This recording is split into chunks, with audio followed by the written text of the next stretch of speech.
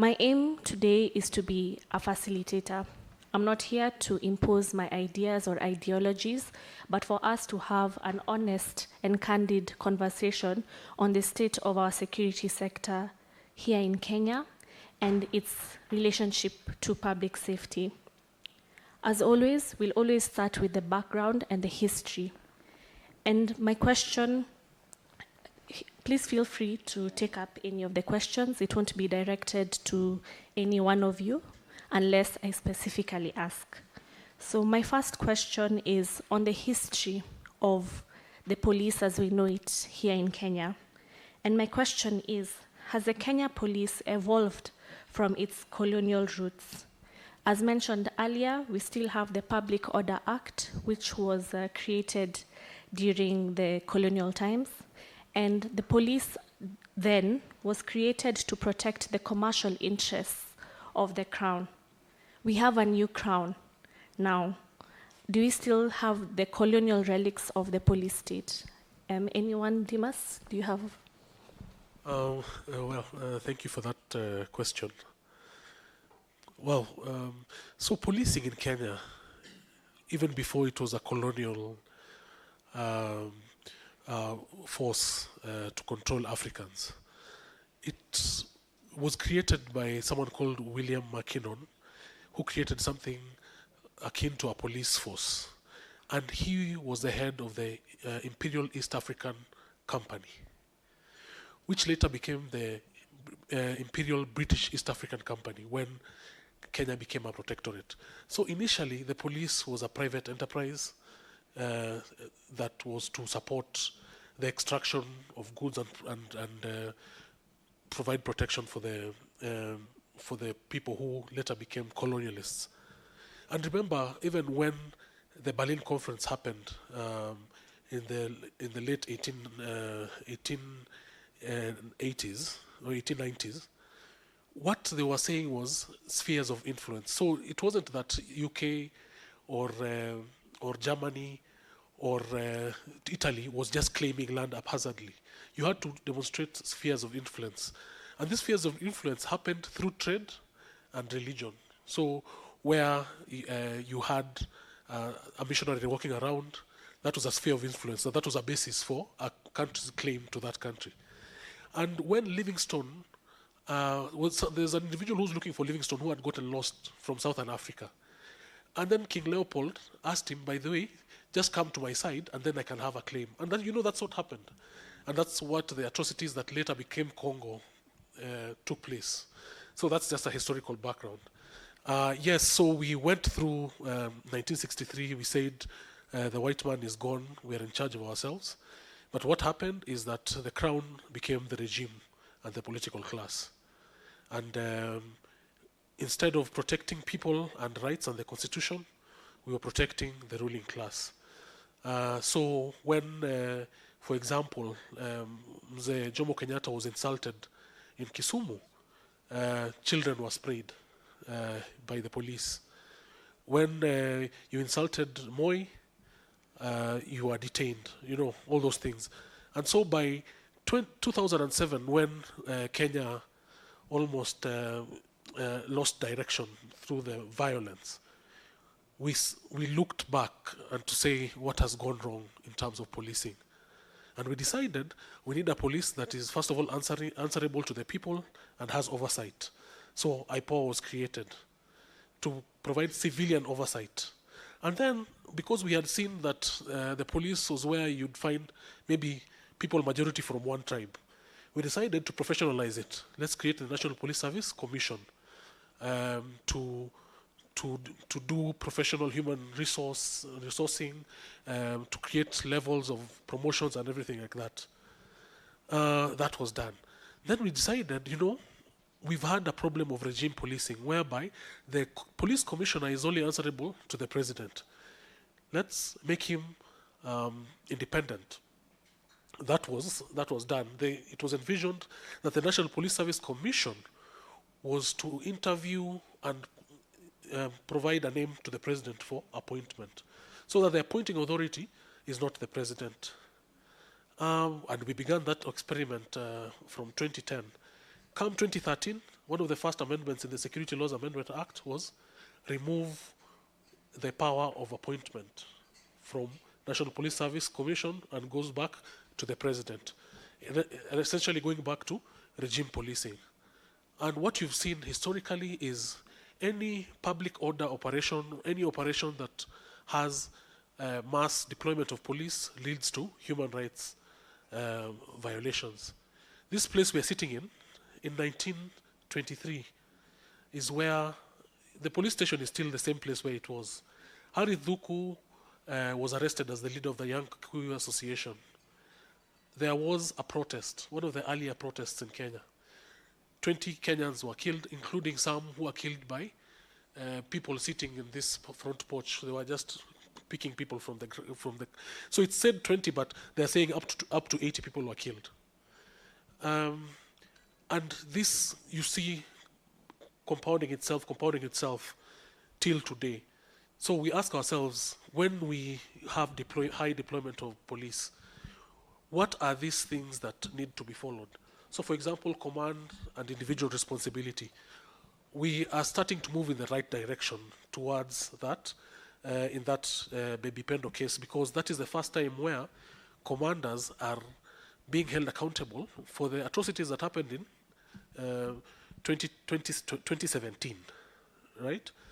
We are also seeing increasingly police officers being held to account for their individual actions, even during protests. So for example, at least we can say that the killer of Rex Masai is being tried.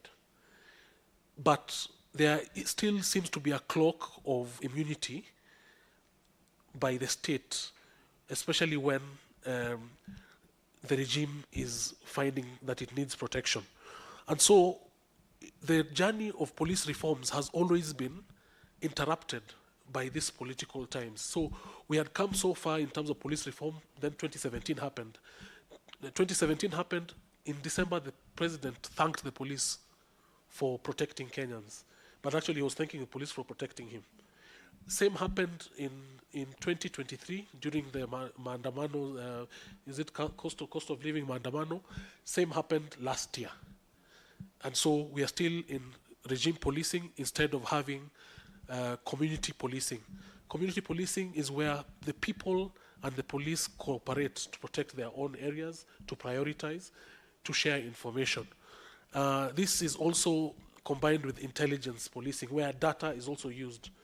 People are being mugged on this road every day, so let's put officers here. However, we really do not see that use of data that much. Instead, we see the use of surveillance, which now targets dissenters. I could continue, but... Demas can go on and on and on. And I think you've brought in a nice segue of we have regime policing, what we see right now. And secondly, we'd like to go to a space of community policing. And a lot of police violations and abuses are done in towards minority groups, the young people, in our informal settlements. And we always hear polisi ni adui. For the non-Swahili speakers, it means police are the enemy. And my question to our community leader here, Anami, do you feel safe when the police are in your communities? Have they created a better environment for you and your people? And how can the community justice centers hold the police accountable? I have asked us question that if community members, for example, they're in Mukuru, Kariobangi, or Madare, when they see police officers, if they feel they are safe or maybe they are not safe. First and foremost, it has been criminalized in this country to be a young person, especially when you come in informal settlements or maybe in the poor neighborhoods here in Nairobi, where we have documented a lot of cases of extrajudicial killings and enforced disappearance because maybe you're a suspect or maybe there's someone between your circle, maybe your friends, has been suspected to be a criminal. And I'll just use an example like 2 weeks ago, we had a vigil of the young men who were killed in Mukuru in a devastating situation. These young men were high schoolers, where when you pick it, when you say like community policing, what police thinks, they normally relay information from village elders, whom they call Nyumba Kumi. So there's this guy who informed police officers from Ruben police station that there are a group of young men who are having a conversation and planning to do a criminal activity maybe within the community. Now the police responded and they killed 8 young men. Surprisingly, one of the young men who was there, he was the child of the guy, the elder who had called the police officer. So for this conversation, we've been trying to push in terms of accountability, but the systems are not working. We've been trying to have a conversation with the police, the community. The systems are not working. Where we find we have the so-called officer commanding police station. They are trained in terms of how to present themselves very well and how to talk to people nicely, so you think that nothing will happen. There's just an example, and Habib is here, just a witness. There are members of Kariobangi Social Justice Center who were arrested and charged with robbery with violence and alleged they abducted someone and stole some phones. So there are a lot of things, and they were detained in remand for almost 2 months. Habib, is it 2 months? 1 month. 1 month.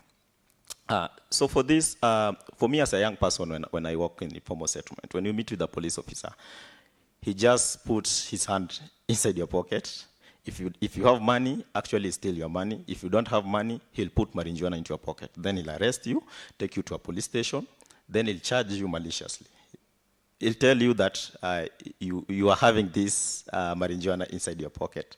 So we don't feel being safe around the police that we are having. And even for that, even people now, they fear even going to report to a police station.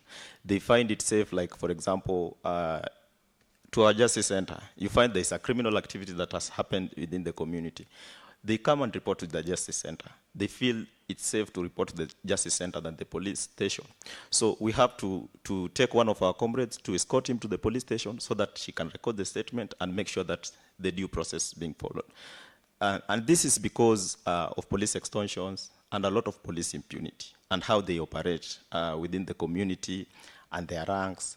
If you need somebody to be arrested, he has done something wrong, you need to pay a bribe so that they can go and arrest the perpetrator. Even the gender-based violence cases, you find that we have a lot of perpetrators within the community because survivors don't have money to give police officers so that they can go and arrest perpetrators. If they don't have that link, maybe to connect with the HRD or maybe someone within the community who has that voice that speaks truth to power, he or she can't get justice. And this is how we have normalized, a lot of people have normalized the way these things are being happening within different communities. Thank you so much for your honest feedback. And I can see Steve is nodding his head. Do you have something to contribute on that matter? Yeah, being a crime reporter for quite a number of years, I have moved a lot in Mukuru, in Kibra, in Madare, and it was also an experience for me when I went to study in Eldoret. I was at Moi University.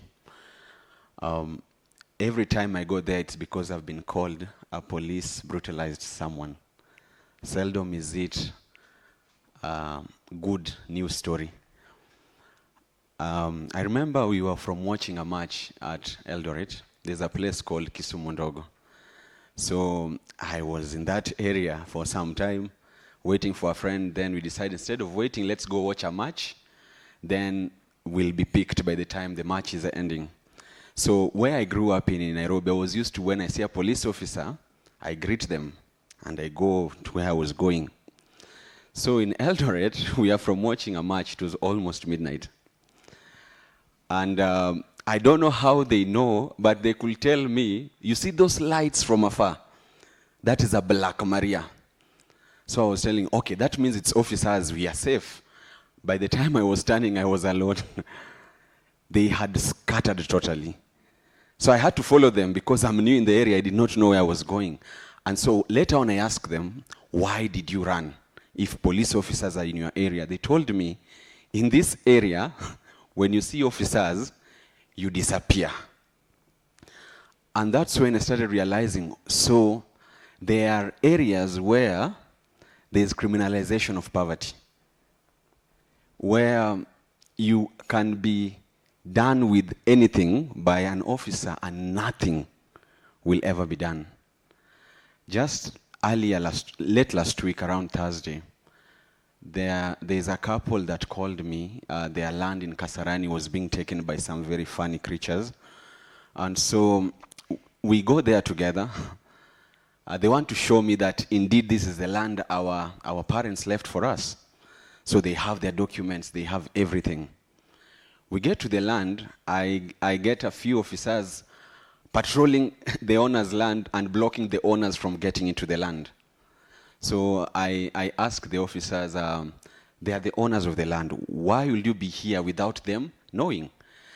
And one of the husband to the lady whose mother left the land was very angry. And the response of the officer was to pull at his rifle and aim at us. And so I looked at him and told him, what are you trying to do? Because this land here belongs to this family. And so the other ones now start coming in, they're coming with tear gas. I told them, I've worked with you people for long. Half of the stories I do are police stories. So they started mentioning big names. If you want to know who is the owner, call so and so. Call so and so. So I was asking them who, and I call. So one of the senior officers called the phone, received the phone and told me, I'm not aware. Then I asked them, who sent you here? Then they're now retreating and saying, we are working on orders. Orders from who? So when you go back to the history of our policing, he started it long ago. Mine now starts from state of emergency, 1952 to 1960. You remember the COVID lockdown? Now imagine that for 8 years. And the officers, at this point, they were working for the interest of the crown, and also policing became a tool of surveillance, where every move you're making was being monitored. Where as a young man from one region, I could not cross to the other without express permission from my chief. And that is when the Kipande system began came. Then came the coup in 1982, the failed one, right? And I was talking to one of the guys who was a chokora, a street boy during those days, and he was telling me after the coup, the police officers in this country changed totally. I asked him why. He told me at this point the president was spooked, and that is when we saw balkanization of even some people into the police force from one area, and it even changed the colloquial. Kijana unatoka wapi, unaenda wapi, unafanya nini, geuka nyuma, angalia. It started shortly after the coup. And from there, it has been constant surveillance of the people. You go to Madare, a police officer aims at someone directly anytime they are protesting. It happened in June 2025. I was attacked in March 2023 when some people had been hired to go disrupt activities at Northlands. And it happened right before the eyes of officers. I was hit with a pang on the head. And they were observing what was happening. So I was asking them much later, because at that point I had to be taken out of there. So I asked the officer who I went to, because things were stolen from me, my phone, my wallet, and everything. So it happened that the DCIO at Ruai, it's not Ruai, what's this place name? Ruiru, was someone had interacted with severally. So when I called him for the P3 forms and everything, he told me, just come to the office, there's something I need to tell you, but don't share this. He gave me the names of the politicians who hired these people, very senior ranking. And he told me, you never had it from me. In fact, they paid for my phone. And that's when it hit me. Much as police are there to serve us because they are a service, the disconnect between the realities of the people on the ground and the ruling class is so vast that they are so blind to understand why a young man in Kariobangi will see an officer and disappear, because they know the interests of the state do not align with the ones of the people down here. So that is just about a partial experience of myself as a journalist. And just hold on to the microphone. And I'm bringing the conversation towards accountability. And since you're a journalist, I have a pertinent question. What role does the media play in holding the police accountable? Because I'm going to reference the recent documentary Blood Parliament by the BBC. And our local media has never released such an expose ever. I've never seen it. I'm ready to be corrected. And I'm aware that local media has been threatened, direct threats to their lives, threatened that their licenses would be withdrawn, threatened that advertising would be withdrawn from them. And we have to rely on an international outlet to release a documentary of such magnitude. And we also have citizen journalists that they relied on.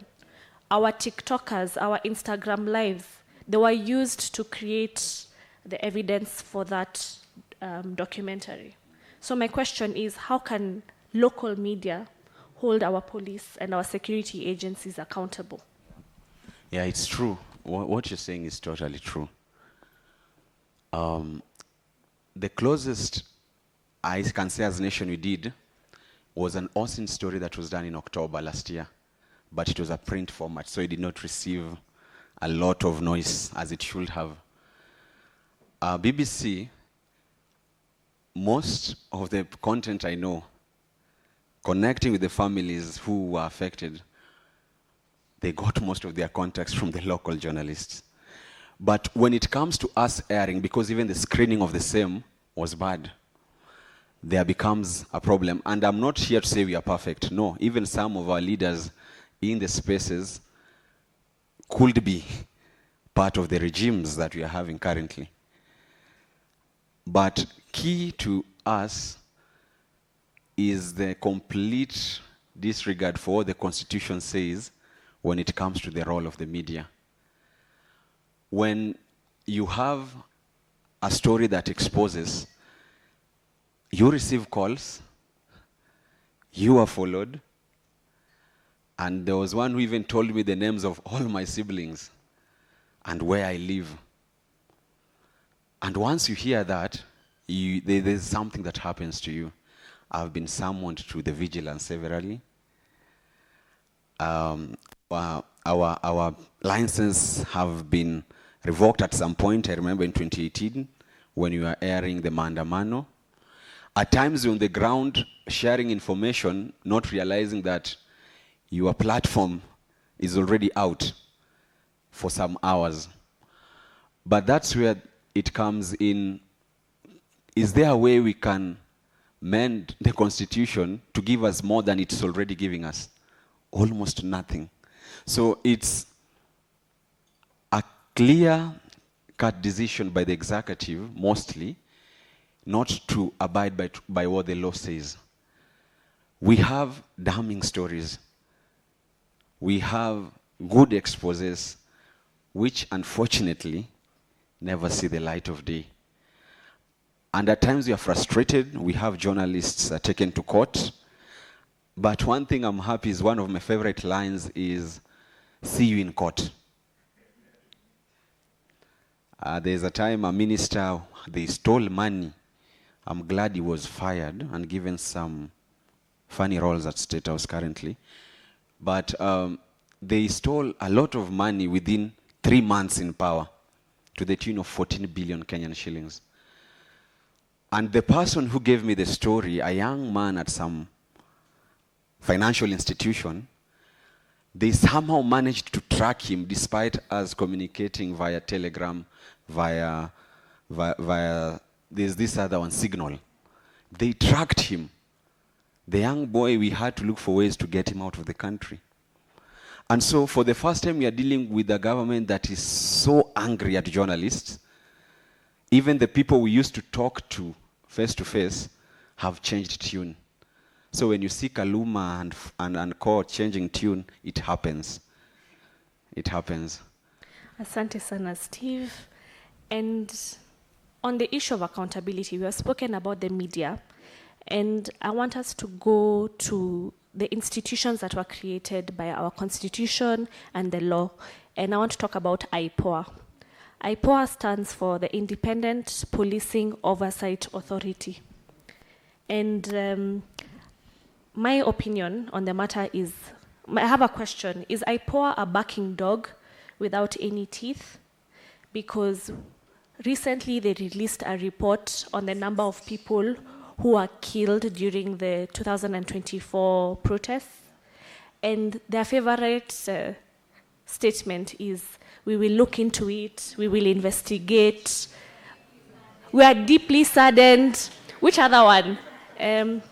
We are firm, we have forwarded the files to the ODPP.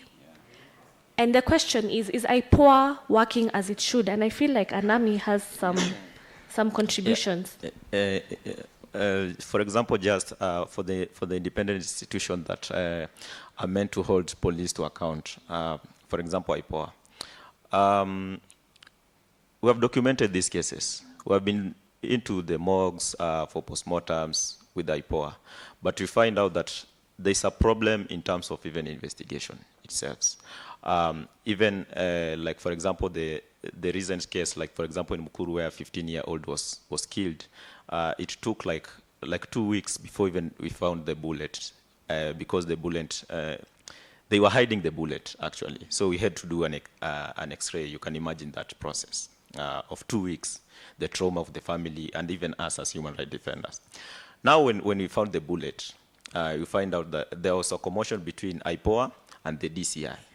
DCI are saying that they are the ones who are supposed to go with the bullet. IPOA are saying they are the ones who are supposed to go with the bullet. So you find out that if the DCI, they are the same police officers who are killing the young men, how can they themselves investigate themselves? So we ended up arguing between IPOA, DCI, and even us. But at the end, we found out that there was a call made by, I don't know who from IPOA, somebody from above. We know, simu imepigwa kutoka juu. DCI, they went with the bullet. So even, this is just one of the cases, but a lot of cases, when a police officer kills someone, we as human rights defenders, we push for investigation and everything. A police officer the police is being transferred to another area. Now they transfer a problem from Mukuru, they take it to Wajir or maybe another area. And even you don't know where he goes, if he'll go and kill other people and maybe continue with the same behavior and the same impunity. So there's a challenge there. And for the issues of police abuse of power, for example, extortions and everything, when we document these cases to take to IPOA, they refer you to internal affairs unit. They say that now you know this issue need to be handled internally within the police. They have their own internal mechanism and how to deal with it.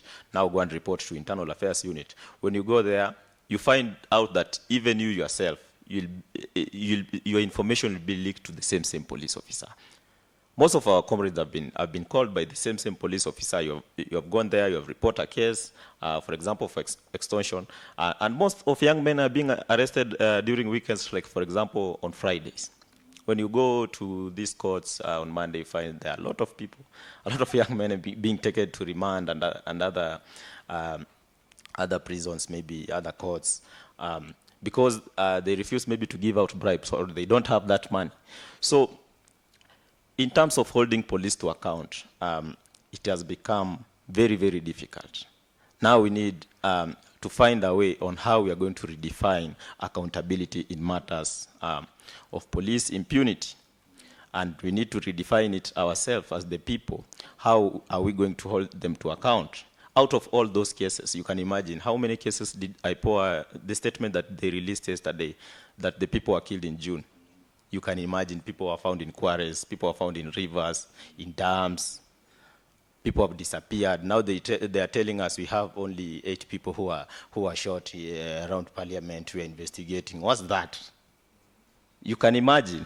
And we are documenting these cases, but even if we call them, they are not coming even to document these cases. And even families, like for example, just not last year's Mandamano, even in 2023, 54 people were killed. And IPOA have never even released a statement out of 54 people who were killed, what the status of the cases that they documented. But they are telling us, now, we are sorry, we'll do this, we'll do that. They release a lot of statements on social media, and they come with fancy things. That's bullshit. Thank you so much. Sorry. And thank you for saying it as it is. And it's very unfortunate that we have become desensitized to people, to the loss of life. It's very unfortunate because one life is too many. We can't just be talking about 50 people have been killed and moving on with our lives. And I still want us to talk about IPOA, and I want to bring the conversation to our legal expert in the room. Do you think, one, is there any room for reform, and how can we reform IPOA to be more accountable to the people and to the Constitution of Kenya? Number 2 is on the issue of private prosecution. Do you think that's an alternate route that we can use to hold the police state to account? Okay, thank you for that question. I think number 1 is to acknowledge certain things. There are cases that IPOA has done that has led to accountability. Right now, there are about 300 live cases in court where the police are the ones who are defending themselves. So that's a movement towards the right direction. But then look at all the oversight bodies and constitutional commissions, especially the ones that can pinch the government. What has happened over time to them? One thing that has happened is funding. The funding has been squeezed, so that we are talking about bodies with investigatory powers that are supposed to deploy, that do not have sometimes the funds to get to X or Y because they were not given funds. And in fact, I can tell you that civil society has played a very complementary role to certain organizations, whereby sometimes they are the ones who foot the charges of transport and accommodation. And so, as we talk about police reforms, we have to talk about resourcing. We must resource our oversight bodies so that they can do their work, and also ensure that the people who are in those offices are people who deserve those offices. So at some point, we have politicized almost every seat, right? Be that as it may, in terms of private prosecutions, the threshold is usually quite high. You really have to move the court and show the court that the prosecutor has neglected or has refused. The problem is when we're talking about these cases, they hold most of the cards. They hold the forensic evidence, they hold the statements, and sometimes even the identities of the witnesses. Another challenge in these cases where the police are involved is the power disparity. In most of these cases, you need witness protection, or at least you need to make one of the witnesses go somewhere else, be away, and bring them to testify for a certain period of time. Otherwise, you know what can happen. In the past, we've seen the media doing amazing work. And so, for example, there was an expose about how officers rent out their guns to criminals. This expose had recordings and so on and so forth. To date, those journalists had to relocate because the government and I think, or the police officers made very explicit overtures to their lives. And so you see that is the challenge. Some of this work really needs layers of protection and also action. So we're in a situation where, so for example, we had the reports that informed the new constitution. So the Ransley report, the Waki report, and now, 2 years ago, we decided to do that again. And so Maraga and co went around the country. And we participated in that process, by the way. One of the things that the report says is that the rot, the corruption is just too much. Now juxtapose that with a tradition where we're using archaic laws against communities. What gives the police a right to go to a place and arrest everyone, or go to, those soups? Those are constitutional affronts, kamatas, that actually speaks to the problem that we have, which is, when you have regime policing, the regimes allows the police to collect taxes on their own. And so the transport industry, the alcohol industry, and now the disadvantaged communities, whereby if you dressed today and you decided to wear a short skirt, you have to answer to sex work. You understand? Not that they found you doing anything per se. And so there are laws that are also enabling this behavior, but we also need a leadership that says no to this. In the Maraga report, the report proposes that we do away with the traffic police totally, like itolewe yote.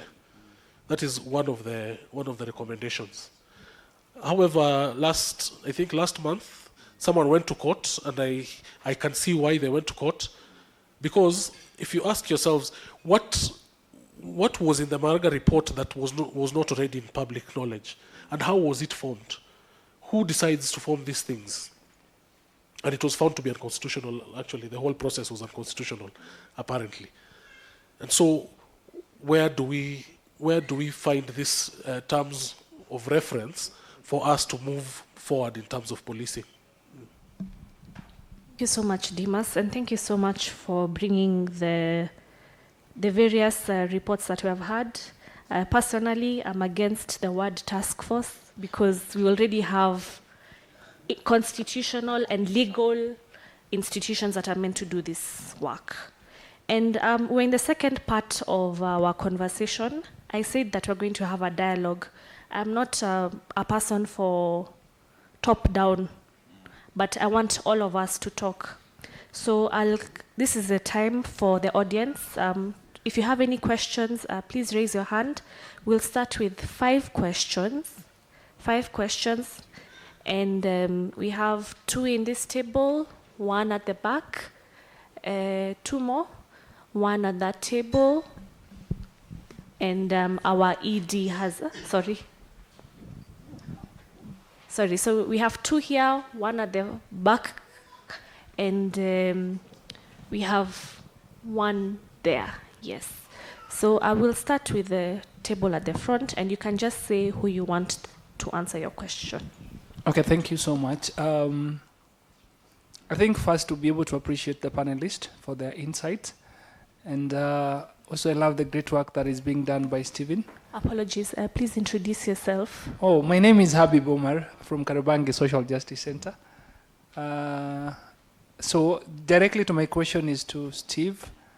I think because most of the time as a journalist, when we call you on board, I can remember when our office, we were forcibly evicted from the office and we wanted to give a press statement and we called for the journalist.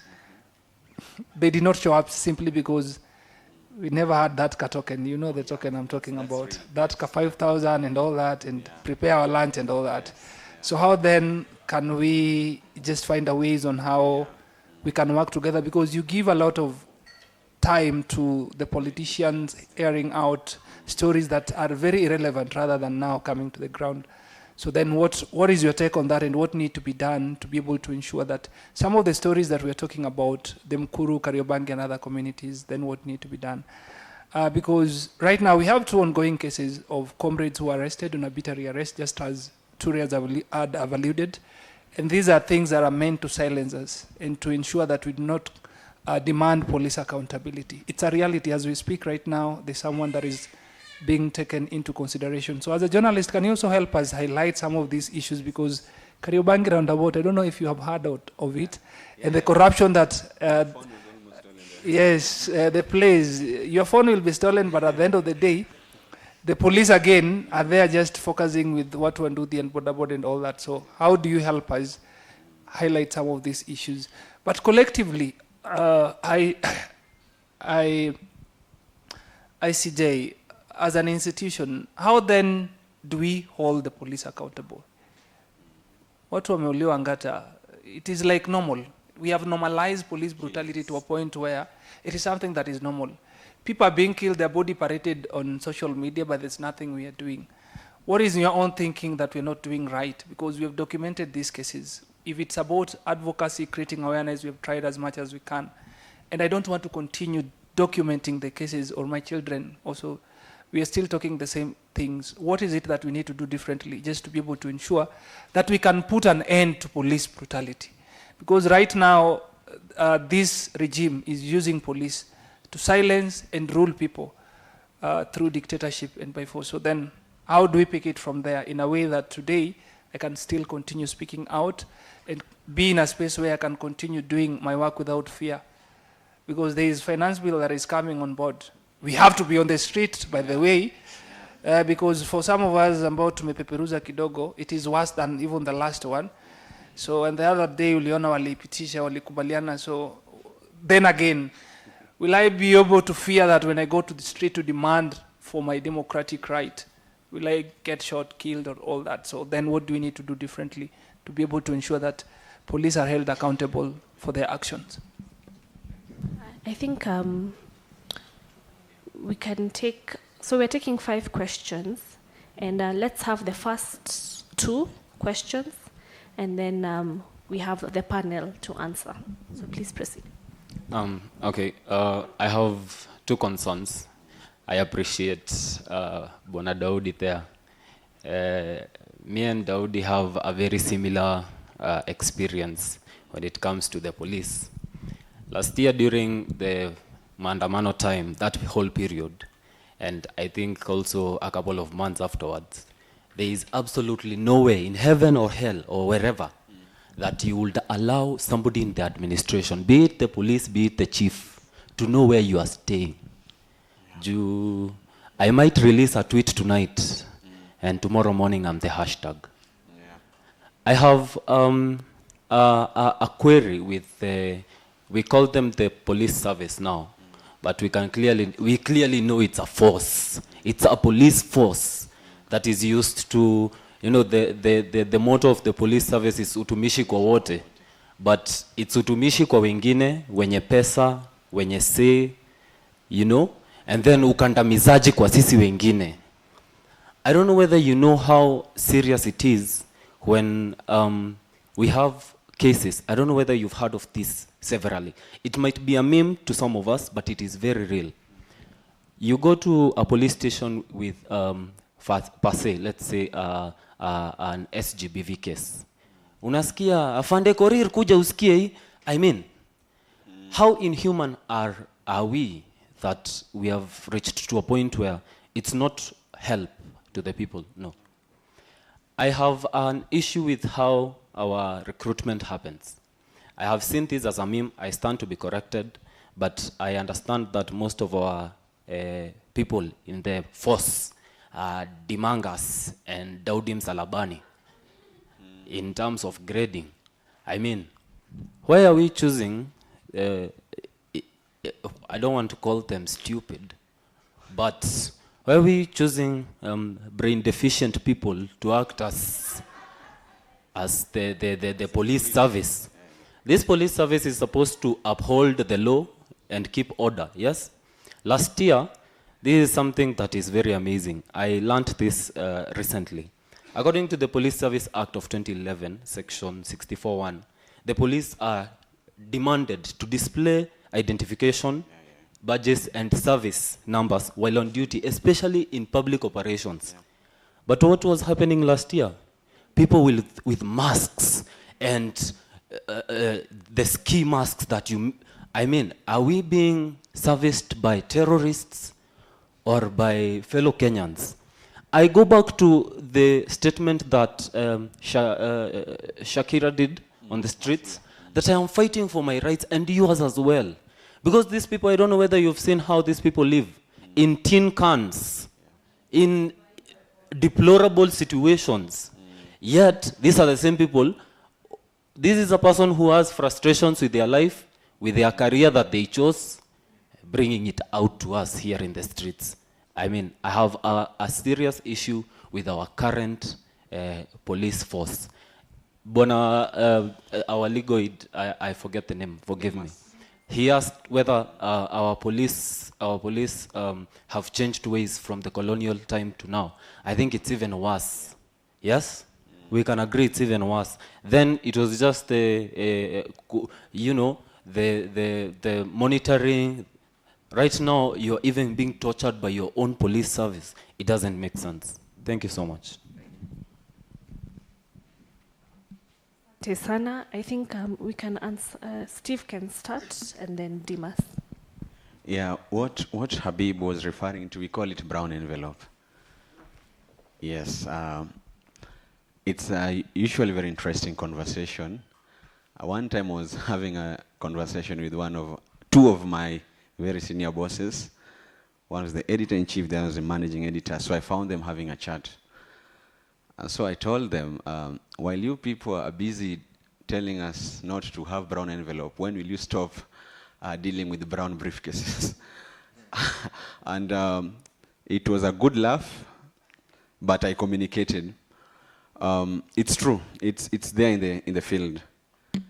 And at times, someone is calling you to highlight how he or she has been swindled, and it's so normalized that they ask you, how much will I need to pay you? And you wonder, why would you have to pay me what you don't have? Because it's been taken. But largely, again, the media industry has become an open space. Everyone nowadays is a journalist. As long as he has a YouTube page, trending on TikTok, that is a what? Journalist. Yes, citizen journalism. And at times, their only source of income is when they attend these events. So at some point, I'm in Baringo, I'm covering a story, mtu ananiuliza, for us to be with you guys tomorrow, mutatupea fare. And it has different names. It's called fare, it's called facilitation, it's called, what I know, in journalism, it's wrong. If someone demands that you pay for them to do a story, it's wrong. It's morally wrong. Even ethically, it's wrong. But it's the reality. In the newsroom at times, I'm called the demonstrations reporter. Ule mtu wa slums. By the way, I hardly wear suits when working. I remember when Shukri told me, I asked him, nikuje na suti? I just come because I could easily be coming from somewhere where I could not be having a suit. But on the weekends or when I'm on off, nikizunguka tu town pole pole, you won't know me because I'll become a Leo. I'm waiting to adjust my tie later. But it's true, brown envelope exists. And I usually keep asking the fellow journalists because there are better opportunities in seeking for partnerships and grants. Most of the big stories I've done, at times you are being given grants to the tunes of thousands of dollars, and it's more respectable. But many times the easy money is alluring. I have my seniors at KEG who is around the MCK. Brown envelope is real, and it's everywhere. When a newsroom does not pay you for 9 months, na unataka akuja kupigania allowance yako. I remember that was a discussion during COVID. You know, when doctors were striking, and editors were sending journalists, and then mkava, nyinyi watu walikuwa naitwa this name. Those who could walk and operate during COVID, there was this name, inaitwaje? Essential. So one day niliambiwa go, then I asked my editor, why would I be going on the streets na sina allowance ya COVID? To just open a discussion. So for those in mainstream majorly, maybe they have an income at the end of the month, but there are those who do it out of goodwill who don't. But believe you me, call me, I'll be there. I've been to, I know where Madare Social Justice is, Kariobangi sijakuja, I know Roundabout very well. Yeah, Mukuru, I know Eric Ambuche. I'm wondering why he did not call me for the 8 deaths. He's one of the wazes in the area. Kibra, I usually tell my team I can walk in Kibra with my phone on my hand, and I'll be invited to have lunch. So, pole for that. It's wrong. Mtu akikuitisha pesa, I'll give you my number. Just call me whether I'm there or not. I will try. Then on that issue of police, they should. Actually, the High Court has just ruled earlier today that the police deployed to maintain order during assemblies, demonstrations, or picketing must be in uniform and should not conceal their what? Their faces. You know, there's the Mendes principles, how interviews should be done. Nani hapa ashaishikwa with the police? Let me just ask you a simple question. Yeah, I see tuko wengi. Oh, I've also been in it. Yes. How many were ever asked or told of your Miranda rights? Like, yes. Yeah. So there's a key call in all recommendations to police officers to go for a retraining. But often, as is the norm with our reports, they're in shelves. So let us try to keep safe. But as journalists, I apologize from Brown Envelope. Call me next time. We'll see what we can do. Thank you so much, Steve. I wanted to share something about that journalism. Steve, I think what you could do also is just to share the knowledge that you have with some of the citizen journalists at the community level, so that they can get this knowledge and how they can structure the information and how they want to package it, so that even next time Kariobangi, when you are not there, they have their community citizen journalists at Kariobangi Social Justice Center, so that they can write stories, powerful stories that could be eyeing catch up to the public. And also the other problem with about the police is about even the recruitment process. And you find out that sometimes police are complaining because one of the police officers was complaining because he was being transferred from Mukuru to, for example, Mutaiga or maybe Runda. Because, you know, Mukuru, the population of Mukuru, there are a lot of money circulating, and there are a lot of people. When he arrests, like, for example, 20 people, he has, like, for example, 20 or 40,000. If he demands 2,000 or maybe 1,000, he has a lot of money. So for this, there's a challenge in terms of even recruitment process, where people, they sell their land up country, where they come and bribe senior police officers so that they can get that advantage and being recruited to the service or maybe the force.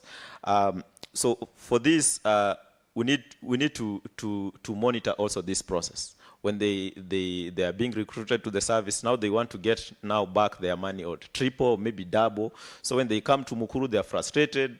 They now assault everyone. They now extort everyone. Now they want to collect bribes.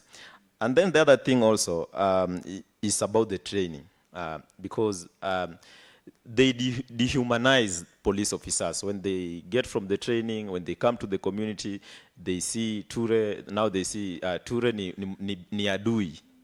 Even when you are just having conversation with a police officer, it's not feeling like you are a human being, because he has been dehumanized in terms of their training and those during training process. There are a lot of things, and also they need to be trained in terms of human rights approach, because there was like, for example, I know most of you have interacted with the Fondation.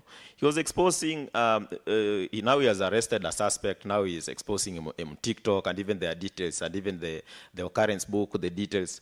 What's that?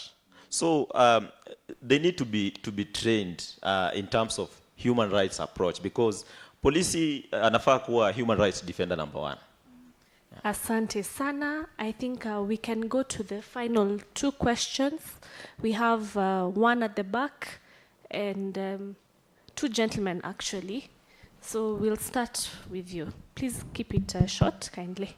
Thank you very much. Mine is not going to be a question, just a few compliments. My name is Jacob Atiang. I work for Usalama Forum and Police Reforms Working Group. I just wanted to reinforce what Demas was saying, that, by the way, the accountability mechanisms that we have had in the Constitution should have taken us far in terms of supporting the people against regime policing. But we have seen communities, very clear testimonies from journalists and everybody that we still have a problem with the police. So what we need then to do as the people is to educate the public about their rights. If you look at the recommendations that have been made before, Demas mentioned them, a lot of this work has been done before, so that even if you don't talk about Maraga report, the best reference was the Kriegler report. And for the public, even in terms of the bribery at the traffic, it takes 2 to tangle, for example. So as the public, we must begin to stand our ground. I know I listen to stories in informal settlements. It might be difficult at some point in time. But once we have our people understand that the police are here to serve us, they are not here to oppress us, that would be good. The other thing, and somebody mentioned it, which is important, I think you did, that never allow police officers to arrest you without displaying their identity or without saying who they are, because that's the law you said is what works. And if you go to police station for any case, if they want to record you, please ensure that you have an OB number, the occurrence book number, the reference, because they always change your statements, and that's how they criminalize the public. But more importantly is the fact that actually all these stories around the National Police Service, we lost it when we did the Miscellaneous Amendment Act in 2014 that took away the independence of the appointment of the service and the command. And that's part of what Maraga recommended.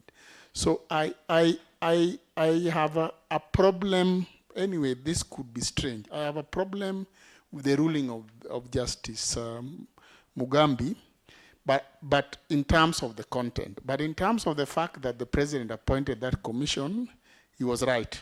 He didn't need to, because those things that the commission did had been done before.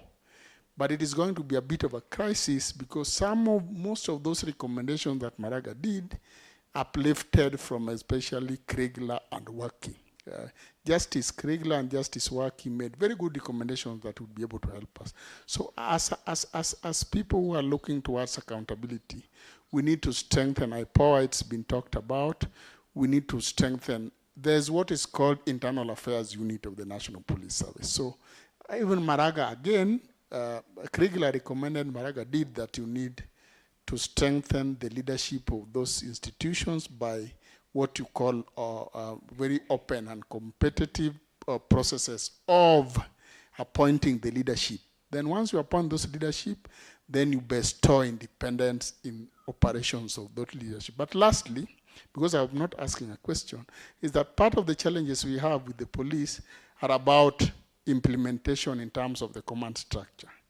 You have a county commander in Nairobi who is not doing their work. You have sub-county commanders, then you go to station commander. So if you have a problem, and Kriegler mentioned this very well, you see 2007-2008 general elections, the police was found to be very highly culpable, because the leadership, instead of using the command to support the public, they used the police going down really to maim, kill, and of course harm the public. And that's why you see now in the Baby Pendo case, a very good step forward that what the courts have now pronounced themselves in what is called command responsibility. So we are in an era where a police officer has individual liability when they do a mistake to the public, but the commanders has what is called command responsibility in the areas that they work. Those could be able to help us pushing this forward. But in terms of the journalists, I agree with you, it's a difficult task you are going through. I have seen stories of the Standard Media Group, more than 9 months without salary. So it becomes difficult, but I agree with you. I don't want to repeat, you said, let's work on this. For those who have some cases, they can refer to you and the others so that we work around this, because I know even though we have social media, the journalists, the traditional journalists that was trained and working would still facilitate the process, even in partnership with everybody. Yes, thank you. Tesana, we only have 7 minutes left, and we have 2 more questions, so please keep it short and to the point, kindly. Very well. My recommendation is we need to stop transferring police officers when they commit offenses. This is because if you know that at 23, you'll be deployed first in your village, like my primary school teachers. They taught us, they taught those who are older than us, they have taught our children. If you know you're going to stay there for the better part of your life, you're highly unlikely to violate the very people that will be teaching your children. You're highly unlikely to violate the people that are going to go to church with you. That would be my recommendation, and it is drawn from my interaction with police officers. 2 cases. One, a police officer transferred from northern Kenya, came to Nairobi, Kayole, and then he was transferred to Voi, and he became a drunkard when he came to Nairobi, because Nairobi was not giving.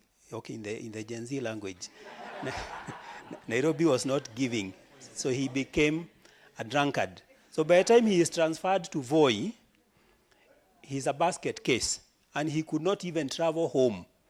I remember we carried this officer from Voi to Nairobi so that we could help him go to the village.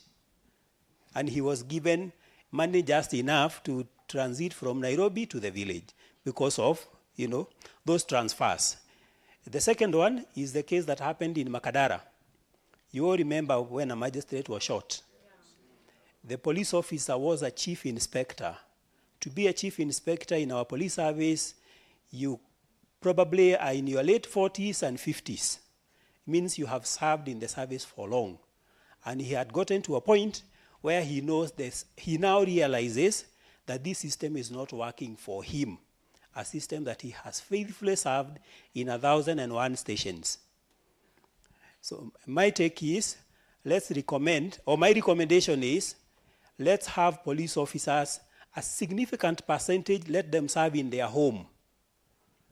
And if not in their home, you go to a station, you're going to serve there for 15 years.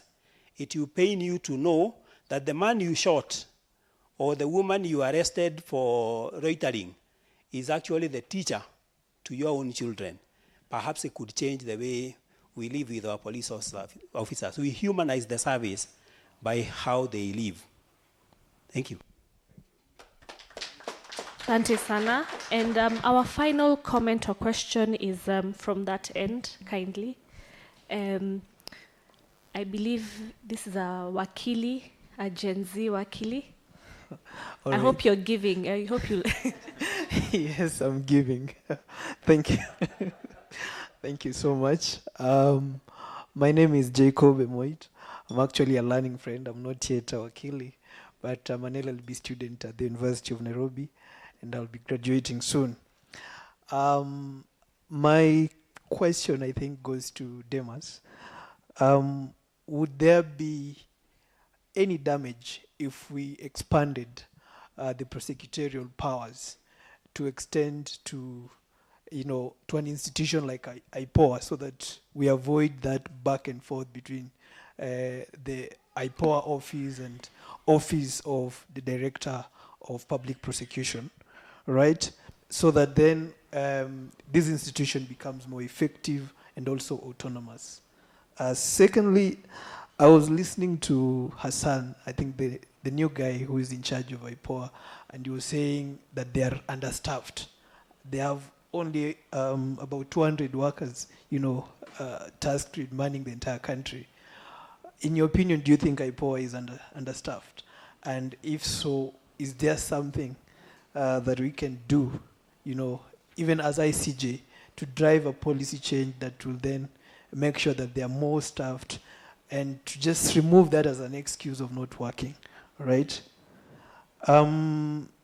Lastly, it's on Maraga report.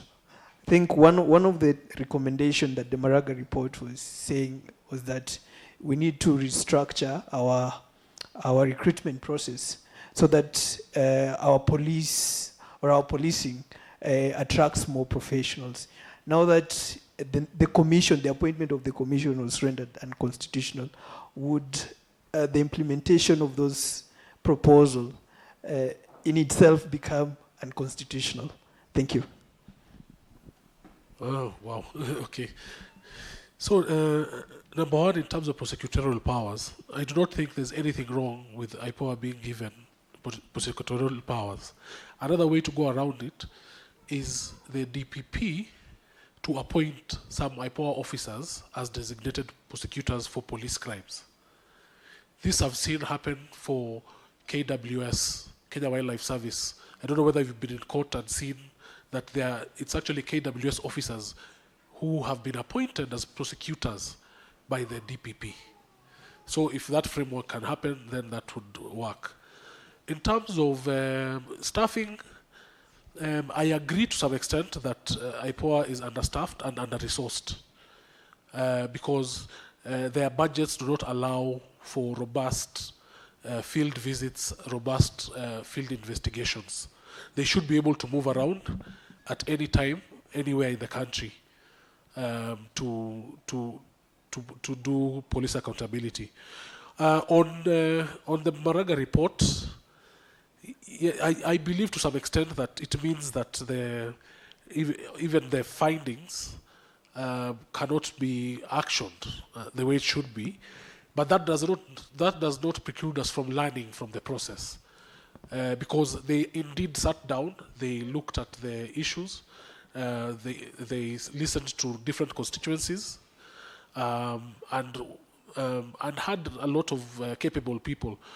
So we can use the report as an advocacy tool. It earmarked a lot of things, some that have been raised. For example, even mental health issues. We forget that, for example, if you're a police officer who went to training expecting to come and serve the people, and then you go to a place, and then your work is to walk around bars and collect 100 shillings or 50 shillings from every bar, and that is your Monday to Monday for years. You will become depressed, and then you do not have any godfather to take you anywhere else. Yeah, so we have to look at it from both sides. Thank you. Asante sana. I know that there are so many questions. However, we started our session quite late, and I know that the issue of policing is a very central and very touchy subject to us people of Kenya. And I think as a takeaway, we need to bring back dignity to the police service. We need to bring back humanity to the public and the police as well. We need to see each other as human beings so that we can push forward the constitutional promise. Thank you so much to Daudi. Thank you so much, Steve. Thank you so much, Demas.